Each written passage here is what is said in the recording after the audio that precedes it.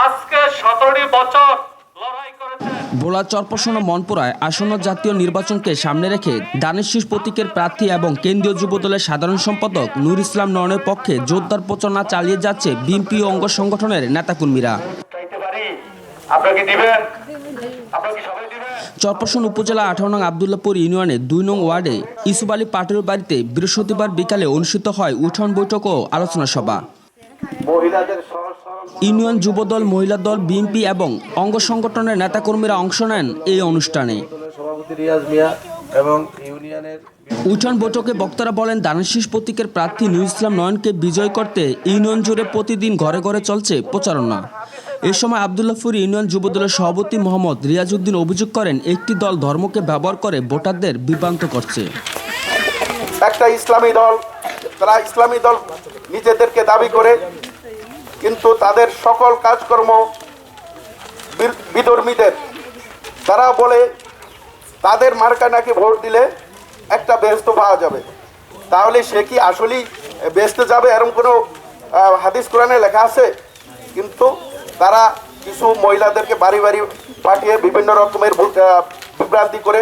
সেক্ষেত্রে আপনারা সজাগ থাকবেন, কারণ বেহেশতে যাইতে হইলে প্রথমত 5 ওয়াক্ত নামাজ পড়তে হবে, হাদিস কোরআনের আলোকে চলতে হবে। কিন্তু তারা মার্কা সামনে আনে, বলতেছে এই মার্কায় যদি আপনারা ভোট দেন আপনারা বেহেশত যাবেন। এই ধরনের বিভ্রান্তি যাতে কেউ আপনাদেরকে দিতে না পারে, সেক্ষেত্রে আপনারা যার যার অবস্থান থেকে সজাগ থাকবেন।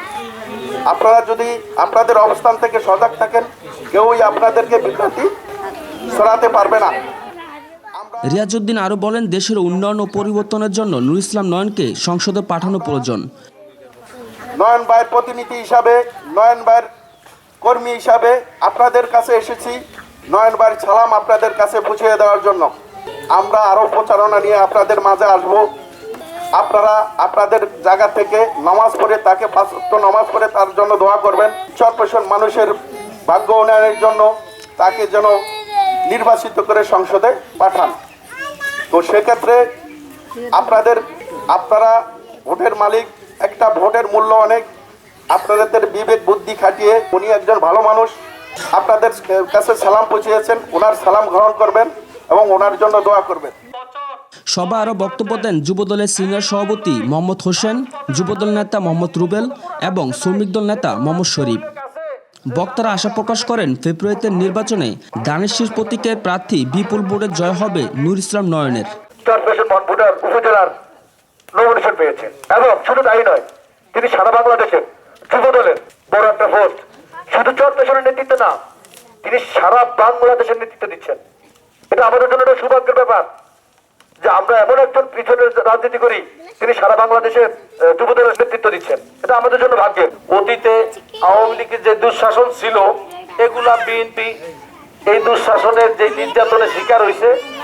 আগামী দিনে বিএনপি সরকার গঠন করলে কোনো এই দেশের দুঃশাসন থাকবে না, এই দেশে কাটাকাটি হানাহানি থাকবে না ইনশাআল্লাহ।